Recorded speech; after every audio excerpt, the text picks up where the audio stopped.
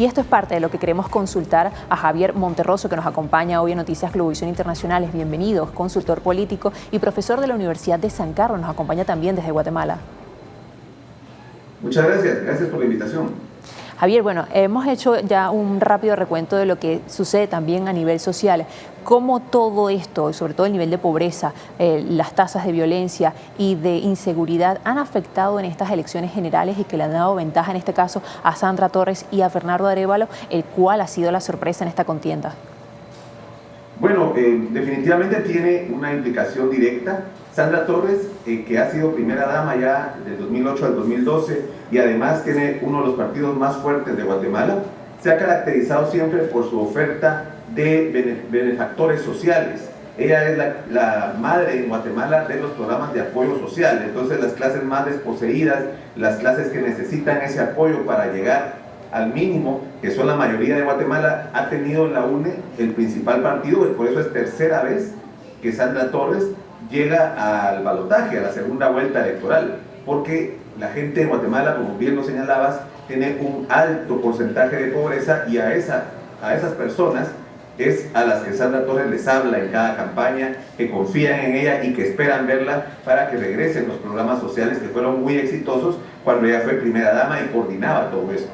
Por otro lado, el tema de corrupción, el tema de la desaprobación hacia la gestión de Alejandro Yamatei es lo que capitaliza el voto de Bernardo Arévalo, que también viene de la socialdemocracia, pero con un discurso anticorrupción, diciendo que va a apoyar a la antigua CICIG, que ahora los miembros de la CICIG salieron al exilio prácticamente. Entonces la oferta se basa de Bernardo Arévalo en el tema anticorrupción, en un cambio antisistema, y el caso de Sandra Torres, el tema del combate a la pobreza.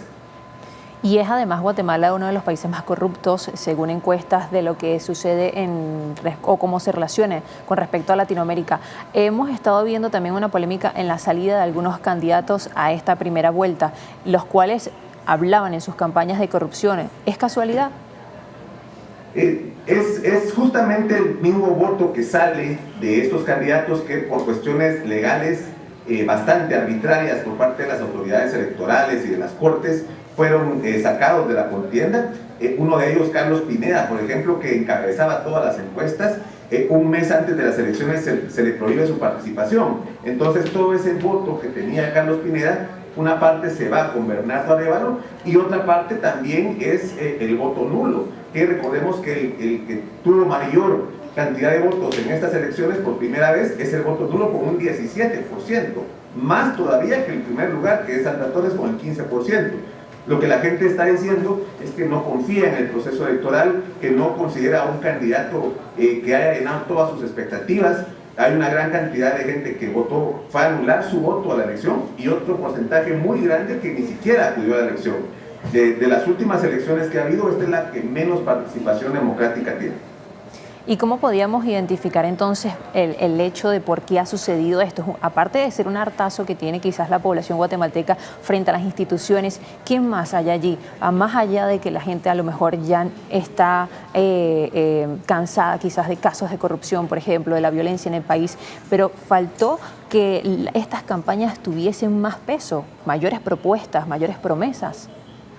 Sí, es una campaña caracterizada porque no hay promesas claras, solo hay ataques, discursos de unos candidatos contra otros. El gran perdedor en ese sentido fue la derecha política en Guatemala, que tenía como principal baluarte a Zury Ríos. Zury Ríos, que había logrado, por ejemplo, el apoyo de Sebastián Piñera o de Álvaro Uribe, como los referentes de la izquierda, de la derecha latinoamericana, que habían hecho videos apoyándola, pero las personas rechazaron esa tendencia, rechazaron también a los candidatos que querían emular a Bukele, porque también Zury Ríos incluso fue a visitar a Bukele. Ella fue la gran perdedora, y el gobierno actual, que quedó en tercer lugar, a pesar del gran rechazo popular que tenía el presidente actual, logró tener la primera fuerza política en el Congreso y que su candidato llegara a un tercer lugar. Esto se entiende por las políticas clientelistas, el voto en las municipalidades, en lo rural, en lo más profundo de Guatemala, que fue atraído por medio de benefactores que le daban los alcaldes, los candidatos a diputados, ¿verdad? También hay un voto muy importante que sigue cautivo en el clientelismo. Creo que estos resultados nos sorprendieron a todos. En ninguna encuesta, como bien lo dijiste, se señalaba que Bernardo Arévalo tuviera posibilidades, pero fue por el desencanto social que les hayan quitado a las personas sus candidatos más populares.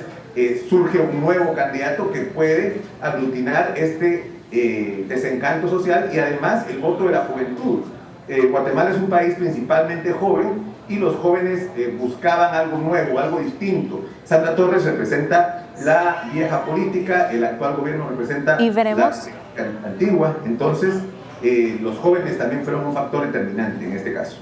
Y veremos entonces si habrá un cambio en estas promesas de cara a este balotaje el 20 de agosto. Muchísimas gracias, Javier, por acompañarnos. Muchas gracias a ustedes.